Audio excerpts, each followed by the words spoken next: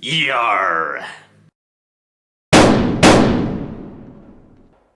Welcome back. Thank you very much for joining me. I'm Grimdork, and today we are talking about the Corsairs. I'm so excited for this.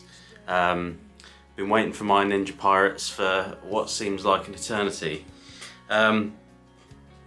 So, no secret that we all kind of think that the LVO reveal was a bit of a washout. But now we've finally got the full reveal for the Nachmund box. Well, not the full reveal because we don't know what's on the other side yet. We've got some sneaking suspicions. But we do have our lovely Eldari pirates, the Voidsguard, which is a really cool name, actually. So I wanted to have a little bit of a talk today as an Eldar nerd. Lots of people have been talking about them, but there are a few things that have been overlooked. So I wanted to do a kind of slightly deeper dive, have a look in detail at each member of the team, what their loadouts appear to be, what we can probably expect from them on the tabletop, etc. A lot of the stuff I've spotted really probably isn't gonna have much of an impact, but there are a few kind of interesting little things that I've spotted which you know, might have some kind of significance. They probably won't, but maybe. It's all kind of good fun anyway, so I thought I'd probably talk about them. Anything Eldar I get a bit overexcited about, so sorry about that. I'm not sorry at all, actually. So hopefully this will be informative. I'd like to strike up a discussion. I want to see what you guys think.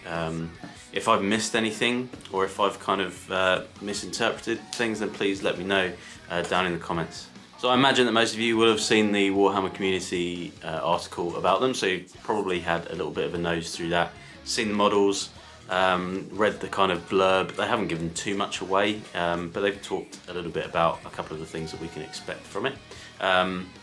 Now, onto the individual models though. Man, it's so varied. Like, I really love this. Like, this is what Corsairs should be, right? It's just a sort of mishmash of like different individuals with different skill sets, different backgrounds. It's so cool, really flavorful, some really kind of interesting stuff here. 10 models, which, you know, I think that's kind of probably what most of us sort of expected, that kind of number. So the first two models here, we've got some. I mean, I'm gonna assume this guy's the leader. I'm not sure whether it is, but you know, the little banner on his back kind of gives something away. And this kind of cool, like Cabalite Dark Eldar gunner type chap as well. He looks pretty neat. So the basics first is weapons here. Oh, one kind of interesting thing before I get too far into it is that every single one of these models, except for the Psyker, has a little pistol holster.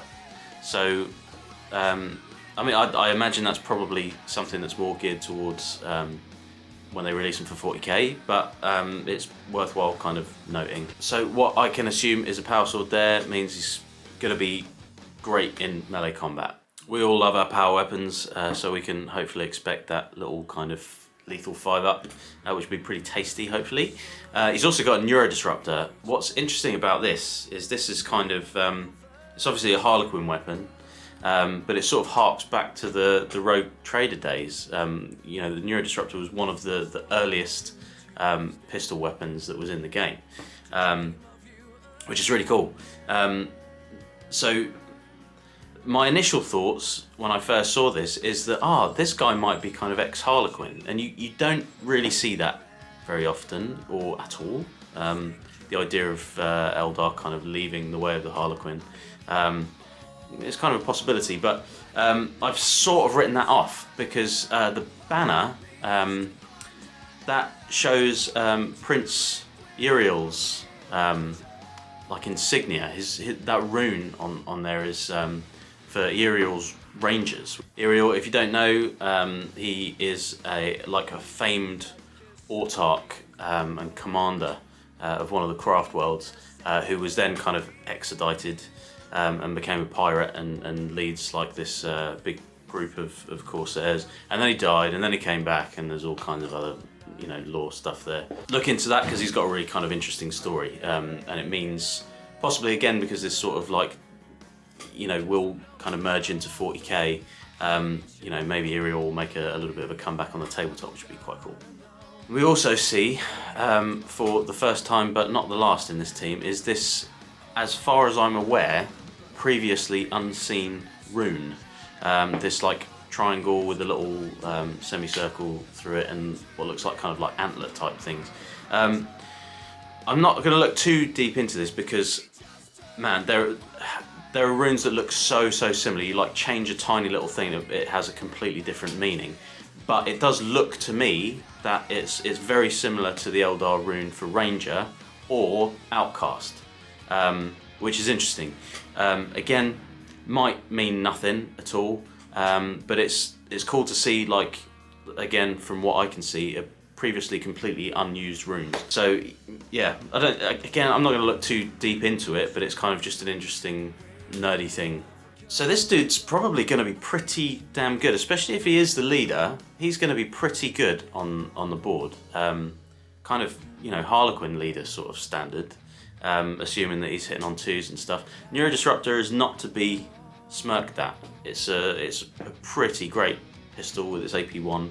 I think it's 4/5 damage, if I'm not mistaken. It's got the short range, it's a 6-inch range. It's a good little bit of kit though, and combined with the power sword, you know, he's probably going to be a bit of a weapon on the table, I reckon. And then next to him we've got this little Kabalite warrior chap with a shredder, which is...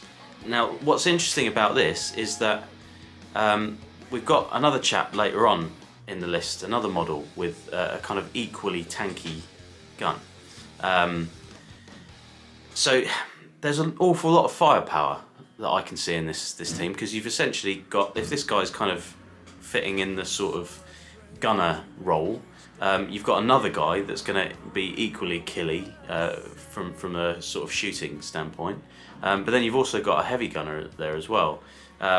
So they're going to be pretty dangerous, I think. Not much more to say about this dude. He's obviously kind of previous Drukhari.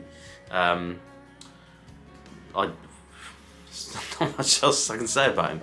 Shredder's, you know, not the best, but it's pretty cool. I mean, he might have a different loadout as well, we don't know yet. From memory, I think it gets 5 shots, and maybe it's 3/4 damage. It might be 4/5, I don't think it's that, I think it's as good as that. But it's got the blast roll, which is, you know, good for kind of models that are going to be squeezed together that you're shooting at. Yeah, that's about all we can see from him so far. Moving on, we've got this dude looking very serious with a handful of spirit stones. And I think I was kind of looking a bit too hard into this, but then I watched Glass Half Dead's video, and he came to the conclusion that it was a medic, which is a really kind of interesting theory. The thing with the spirit stones is they don't like bring a guy back from the dead. All it does is like catch his soul when he dies. So I mean, it's a cool theory, but it would be interesting to see how it makes perfect sense. You know, most kill teams now, most of these bespoke kill teams get like a medic type dude. So yeah, interesting theory. Just kind of interested to see how that's going to work, really. Again, he's rocking that unknown rune there as well, which at the moment I'm just kind of assuming to be this particular band of pirates. But again, sort of interesting to see it on another model. Now, the Spirit Stones might just be some kind of like an aesthetic thing. It does look like he's got a sword strapped to his back, and he's got a little pistol holster. But, you know, we can probably assume that he's going to have some sort of role to play in this team. So, yeah, I dig the idea, but I'm going to be interested to see how they sort of play that. And so we finally got a name for this other dude, the big reveal from LVO, known as the Kernite Hunter. What Kernite means, I have no idea, but this is him. Man, Glass Half Dead is a hater. This dude is so cool. The bird is inspired. Possibly a bit pointless, but I think it looks really, really cool. He wasn't particularly blown away by this, and I think he's wrong. So if you're watching this, you're wrong. So I respectfully, of course, disagree with you. I think this is one of the coolest models that we've had for Kill Team, and one of the coolest models one of the coolest Eldari models that I've seen in a very long time. So I'm pumped for this guy. Got some cool rules as well.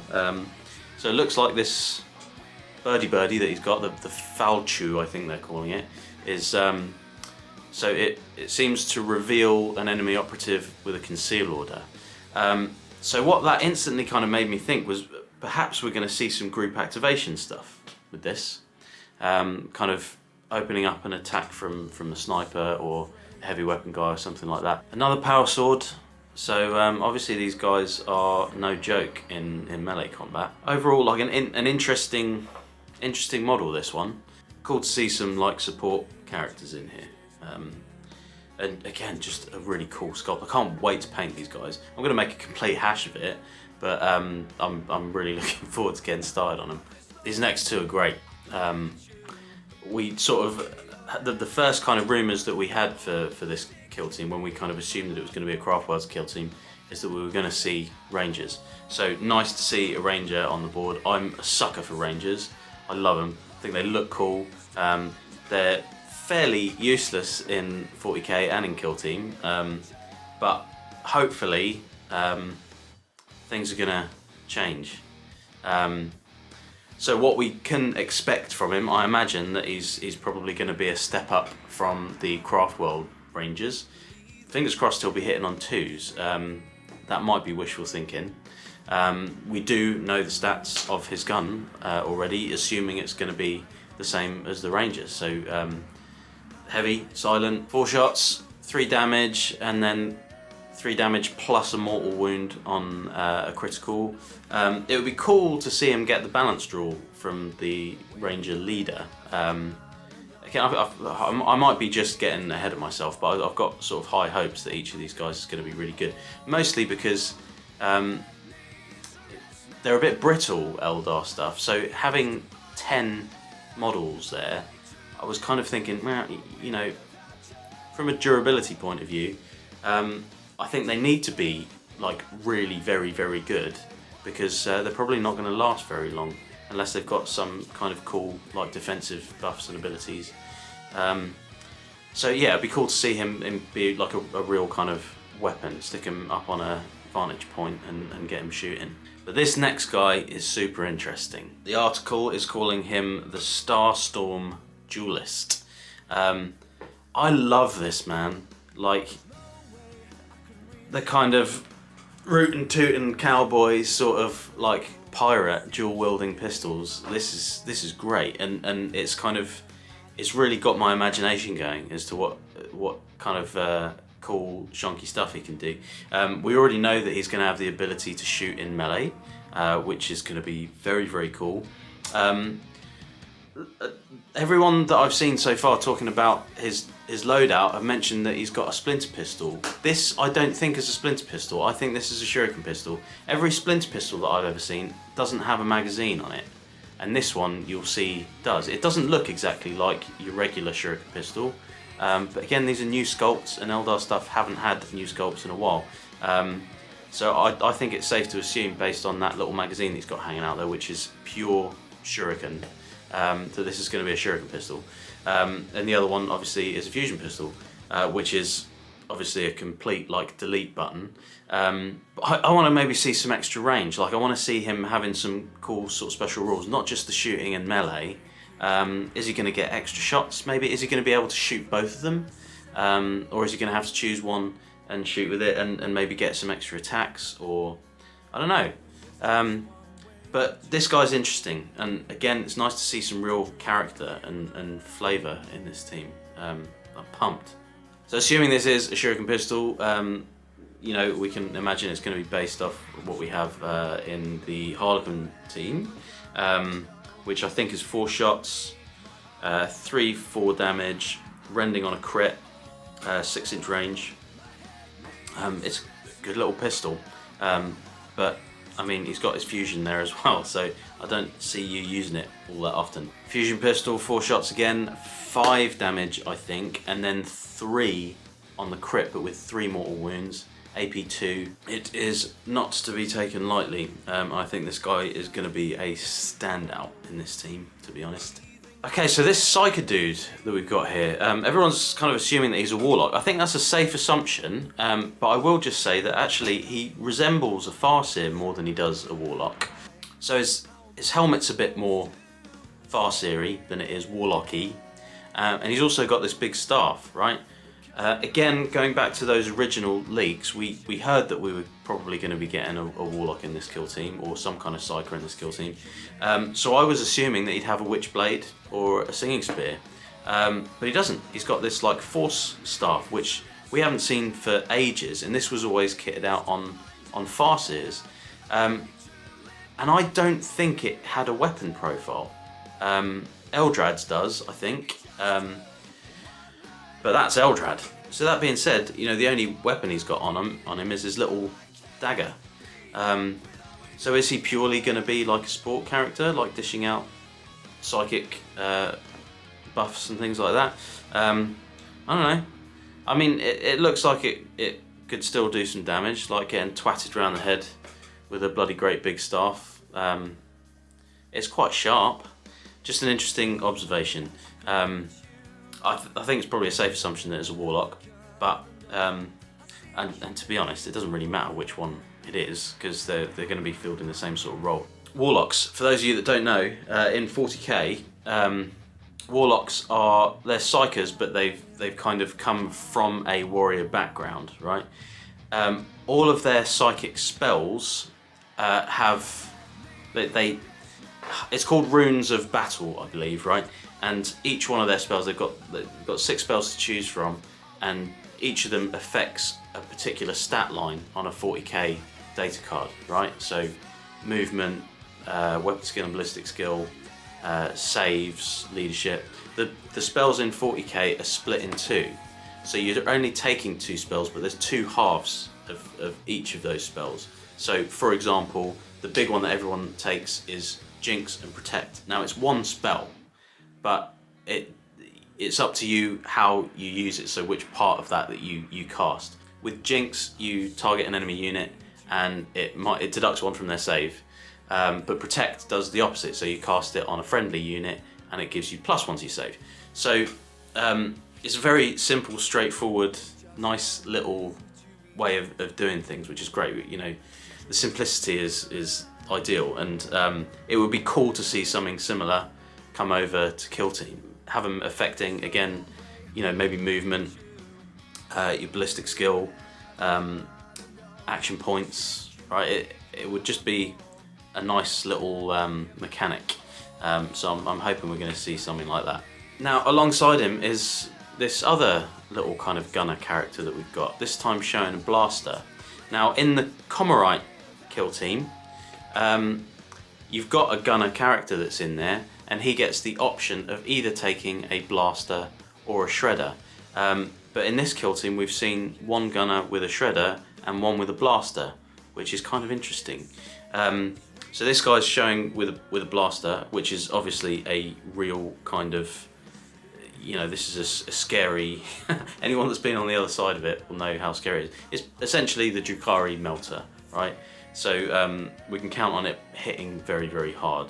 The existing blaster stat line, I think, is 4 shots at 5 or 6 damage with AP2. I mean, there's not much more to say about it. That's what we can kind of expect from him. I imagine it's going to be exactly the same stat line. But again, kind of interesting that we've got just an awful lot of firepower coming from a few different individuals in this kill team. Now we've got another one that I'm super excited about. What I can assume is going to be the heavy gunner. Now we've seen 2 iterations of this. In the picture that I've got here on the screen, he's being shown with a shuriken cannon, but on the other little pictures that we saw on the article, he was shown with a wraith cannon. Wraith cannons are carried around by the Wraith Guard, which are basically like mini dreadnoughts, right? So this is really exciting. God knows what we're going to get, but the Wraith Cannon is basically like a short-range, extremely powerful gun. And the Shuriken Cannon, also, we haven't seen in Kill Team yet. We've seen Shuriken Catapults, we've seen Shuriken Pistols, so it's probably going to follow the same sort of like rending rules, but with, you know, it's going to hit a lot harder. Now, interestingly, they have given a big upgrade to shuriken cannons. The new Eldar book, which is due out in the next month or so, they've given a big boost to the shuriken cannon. So I imagine that's going to kind of carry over to Kill Team if we're going to be showing it. It's not going to be a mediocre gun. It's going to be something quite hard hitting. Now, most heavy gunners that we've seen, certainly in the companion teams, they've had a few different options on their loadout. So will we see something else as well? It'd be nice to see some of the other classic Craftworld heavy weapons like Star Cannon, or an Eldari missile launcher or something like that. Just again to kind of give it some extra flavour and some variety. I mean, I think I'm just going to run the Wraith Cannon. I don't even know what it's going to be like yet, but just for cool factor. Yes, excited for this guy. Imagine, you know, he's going to be the guy that you just sort of perch on top of a building for the entirety of the game and just blast away at anything you can see. And then we come to probably the most interesting member of the team so far. Now, this dude, I don't know what this dude is, but I mean, he's carrying what look like Hekatari blades, right? Which so far we've seen them in Kill Team and they suck. So I'm hoping that's not what they are, or that they've got some kind of a little boost, or he gets a little boost to them.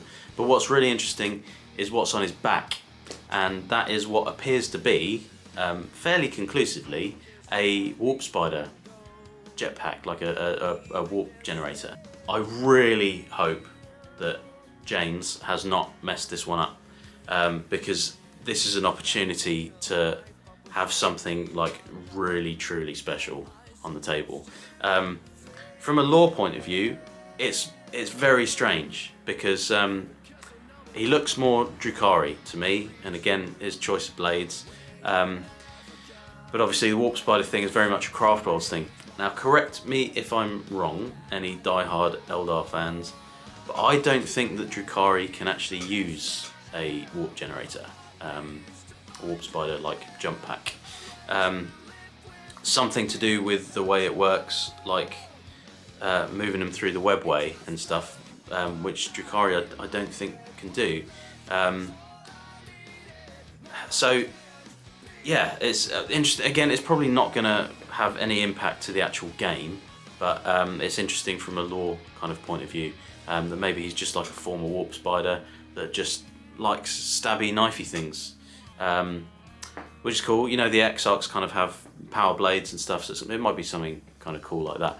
But this guy looks amazing. Again, a model that I cannot wait to paint. Got some real flavour, some real character. He is going to be an absolute weapon. But it's going to come at a cost, because again, this warp generator is like a kind of a blessing and a curse. Every iteration that we've had in 40k, you've always got a risk when you use it. So I'm guessing it's going to be mortal wounds or something like that. But the way it's used currently, you can kind of get from one side of the board to the other like quickety quick. You've got to roll dice to decide if you died or not. But also you can use it in melee combat. I think the mechanic is that it's just like a -1 to hit or something. So if you choose to use it, you've got to roll a bunch of dice to decide if you take damage, but essentially it makes those hits miss. So it'd be cool if it had some kind of a mechanic like that, or maybe you can get them into combat and then warp out. I imagine it's going to function a lot like a flip belt for the Harlequins, so it's going to ignore terrain and climbing and stuff like that. But I'm really pumped, really excited to see what they make of this, like what kind of stuff he's going to be able to do. Again, going all the way back to those initial leaks, we heard that there might be a possibility of a Warp Spider or two on the board for the Eldari Kill Team, and here he is. But a little bit disappointed not to see a Death Spinner, because Warp Spiders are among my favourite aspect warriors. I just think they're very, very flavourful, very cool. The weapon's dope. It doesn't. It's a bit underwhelming on the table, but again, in the lore, it's great. It's a scary weapon. So I was kind of excited to see that in Kill Team, and it doesn't look like we're going to get that, which is a shame. But they did good because you know, there's a Wraith Cannon there, and you know, some other really flavourful stuff, and there's a bird. So, you know, I can't really complain. I imagine this guy's going to be insanely strong, but there's going to be risks attached to using him as he's intended to be used. So the big question is, like, how strong is the team going to be, right? How's it going to rank? And I think the big question is going to be how much AP these guys have, right? If they're an AP2 team, I think they are going to fall by the wayside. And if they're an AP3 team, they're going to probably decimate all. Now, Eldari generally have quite a low wound count. The fact that there's 10 models and not 12 or 13 means that they're going to be relatively brittle. So to balance that out, you know, if GW have done their job correctly, they're going to hit extremely hard. You know, kind of a bit glass cannon-y. But I love how it looks like this whole team's going to synchronize beautifully. Like, you know, each model's going to complement the next. They've done a really cool job. The sculpts are amazing. You know, and because it's an Outcast team, it's like an Exodite team. You can paint them up however you want, which, I mean, you know, for most kill teams you can do that anyway. But it's just really cool. I think there's so much scope to do some really cool stuff with this. So hopefully they're not going to disappoint. I'm just praying that these stat lines are not going to disappoint. But I've got some pretty high hopes for this. It's going to be my favourite team so far, without a doubt. So what do we think we can expect out of strats? I think there's probably going to be a lot of defensive stuff, right? Anything that makes these guys more durable is probably going to be the way forward, because they're a mix of Drukhari and Craftworld Eldar. You know, we're probably going to see stuff that we haven't seen in either of those teams. But I think it's a fairly safe bet that we're going to see largely defensive strats for these guys. And I have literally no idea what they could possibly do with the equipment. I'm excited to see what they do. I'm assuming they're going to have some kind of cool grenades, you know, maybe fusion grenades or something like that. But again, you know, they've got so much scope to do some interesting stuff with this, because they're not Craftworlds and they're not Drukhari. You know, they're plunderers and pirates, so who knows what cool stuff they've, you know, managed to uncover on their travels through the stars. So exciting. I feel like I'm getting my hopes up too much, and I just really hope I'm not disappointed about it. I know they're going to be my favourite team so far, until the Harlequins come out later on in the year. So I think that's it. I don't think I've missed anything, but if you've spotted anything about this which I've missed, then do let me know in the comments, because I really want to discuss it. I've gone over it with a pretty fine-tooth comb, and I think I've kind of spotted everything. A lot of it, like I say, is not really going to be that relevant to actually playing the game, but it's interesting from a lore point of view. They're one of the most flavourful factions in the 40k universe. I'm excited to see what they do for them for 40k too. That I feel is going to be a letdown, but fingers crossed for Kill Team, it's going to make for a very interesting, very powerful team. So yeah. Please like, comment and subscribe. Let's get a conversation going. What do you think about these guys? How powerful are they going to be? What can we expect from them? I'm expecting big things, but I want to know what you think. You can also find me over on Instagram at Grimdork Tabletop, so come and say hi there. Got a couple of big giveaways planned as well, so keep an eye out for that. Yar me arties. Thank you very much for joining me, and I will see you very soon.